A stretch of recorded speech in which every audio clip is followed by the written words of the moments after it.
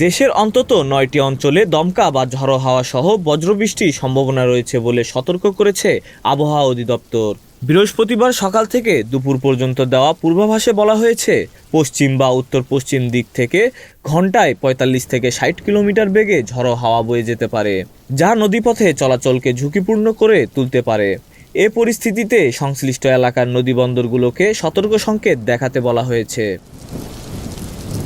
ভোর ৫টা থেকে দুপুর ১টা পর্যন্ত দেশের অভ্যন্তরীণ নদীবন্দরগুলোর জন্য দেওয়া পূর্বাভাসে বলা হয়েছে, ময়মনসিংহ, খুলনা, বরিশাল, পটুয়াখালী, নোয়াখালী, কুমিল্লা, চট্টগ্রাম, কক্সবাজার এবং সিলেট অঞ্চলের ওপর দিয়ে পশ্চিম বা উত্তর পশ্চিম দিক থেকে ঘন্টায় ৪৫ থেকে ৬০ কিলোমিটার বেগে অস্থায়ীভাবে দমকা বা ঝড়ো হাওয়া সহ বৃষ্টি বা বজ্রবৃষ্টি হতে পারে।